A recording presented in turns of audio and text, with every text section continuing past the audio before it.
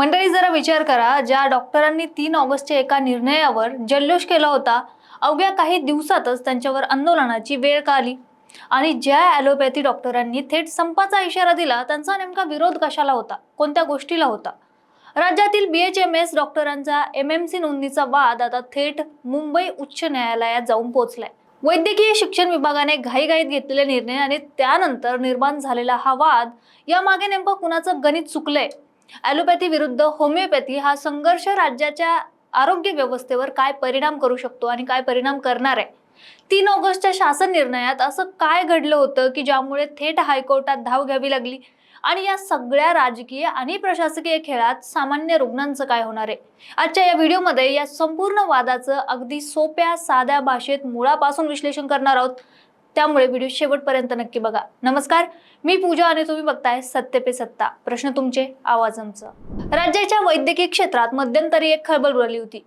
विषय होता BHMS म्हणजेच होमिओपॅथी डॉक्टरांचा आणि महाराष्ट्र मेडिकल काउन्सिल म्हणजेच MMC मधील त्यांच्या नोंदणीचा। एकीकडे 3 ऑगस्टच्या शासन निर्णयाचा आधार घेत मुंबईच्या रस्त्यावर उतरलेले होमिओपॅथी डॉक्टर, तर दुसरीकडेच हे असं चालणार नाही म्हणत थेट संपाचा इशारा देणारे IMA आणि मार्टचे ॲलोपॅथिक डॉक्टर, आणि या दोन्हींच्या आक्रमक पवित्र्यामध्ये अडकलेलं राज्य सरकार। शेवटी वैद्यकीय शिक्षण विभागाने एक मोठा आणि तातडीचा निर्णय घेतलाय। न्यायालयाच्या अंतिम निर्णय येईपर्यंत BHMS डॉक्टरांची MMC मधील नोंदणी पूर्णपणे आता बंद। राज्य सरकारने एक GR काढला आणि BHMS डॉक्टरांसाठी महाराष्ट्र मेडिकल काउन्सिल म्हणजेच MMC मधील नोंदणीचा मार्ग मोकळा करण्यात आला होता।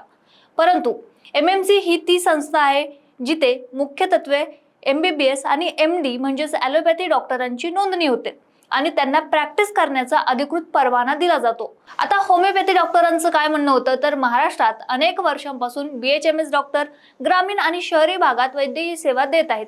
आधुनिक वैद्यकशास्त्र म्हणजेच मॉडर्न मेडिसिन आणि फार्माकोलॉजीचा काही भाग त्यांनीही अभ्यासलेला असतो, त्यामुळे त्यांनाही आधुनिक औषधोपचार करण्याची आणि MMC कडे अधिकृत नोंदणी करण्याची संधी मिळायला हवी। या मागणीसाठी BHMS डॉक्टरांनी मुंबईत मोठं आंदोलन छेडलं होतं। आमचा हक्क आम्हाला मिळालाच पाहिजे असा पवित्रा त्यांनी घेतला होता। सरकारनेही या आंदोलनाची दखल घेतली, 3 ऑगस्टचा निर्णय काढला, पण खरी ठिणगी मग यानंतरच पडली। शासनाचा हा निर्णय बाहेर येताच इंडियन मेडिकल असोसिएशन म्हणजेच IMA आणि सेंट्रल मार्ट या ॲलोपॅथिक डॉक्टरांच्या मोठ्या संघटना आक्रमक झाल्या। त्यांनी थेट संपाचा इशारा दिला, पण ॲलोपॅथिक डॉक्टरांचा याला विरोध का आहे? त्यांच्या बाजूने असलेले प्रमुख मुद्दे ते देखील समजून घेणं गरजेचं आहे। ते म्हणजे क्रॉस पॅथीचा वाद। ॲलोपॅथी डॉक्टरांच्या मते होमिओपॅथी आणि ॲलोपॅथी या 2 पूर्णपणे वेगळ्या वैद्यकीय पद्धती आहेत। ज्यांना होमिओपॅथीचं शिक्षण घेतलंय त्यांनी MMC अंतर्गत ॲलोपॅथी प्रॅक्टिस करण्यासाठी परवानगी देणं म्हणजेच वैद्यकीय शास्त्राच्या नियमांची पायमल्ली करणे। दुसरा मुद्दा असा आहे की शिक्षणाचा दर्जा आणि कालावधी। MBBS साठी लागणारा कडक अभ्यासक्रम, इंटर्नशिप आणि MMC चे कडक नियम हे BHMS पेक्षा वेगळे असतात, त्यामुळे दोघांना एकाच तराजूत तोलणं अयोग्य आहे। आणि तिसरा मुद्दा म्हणजे रुग्णांची सुरक्षितता। ॲलोपॅथिक औषधांचे साईड इफेक्ट्स आणि ॲलोपॅथी प्रॅक्टिससाठी आवश्यक असलेले सखोल ज्ञान याशिवाय औषधं देणं रुग्णांच्या जीवाशी खेळण्यासारखं ठरू शकतं, आणि असा दावा IMA ने केलाय। आता IMA आणि मार्टच्या या आक्रमक भूमिकेमुळे राज्यातील आरोग्य सेवेवर ताण येण्याची शक्यता निर्माण झाली होती। डॉक्टरांच्या संपामुळे OPD आणि आपत्कालीन सेवा विस्कळीत होण्याचा धोका निर्माण झाला होता। मग एका बाजूला आंदोलक BHMS डॉक्टर, तर दुसऱ्या बाजूला संपावर जाणारे IMA चे ॲलोपॅथी डॉक्टर। दोन्ही बाजू ऐकून प्रशासनाची चांगलीच गोची झाली। आरोग्य सेवेवर होणारा गंभीर परिणाम लक्षात घेऊन वैद्यकीय शिक्षण विभागाने मध्यस्थीचा मार्ग स्वीकारला आणि मग शेवटी एक अधिकृत पत्रक जारी करून स्पष्ट शब्दात सांगितलं की सध्याची परिस्थिती आणि वातावरण निवळेपर्यंत, तसेच नोंदणीची योग्य कार्यपद्धती निश्चित होईपर्यंत BHMS डॉक्टरांची MMC मधील नोंदणी तात्पुरती थांबवण्यात येत आहे। आणि या निर्णयातील सर्वात महत्त्वाचा मुद्दा म्हणजे मुंबई उच्च न्यायालयाचा अंतिम निर्णय येईपर्यंत ही स्थगिती कायम राहील।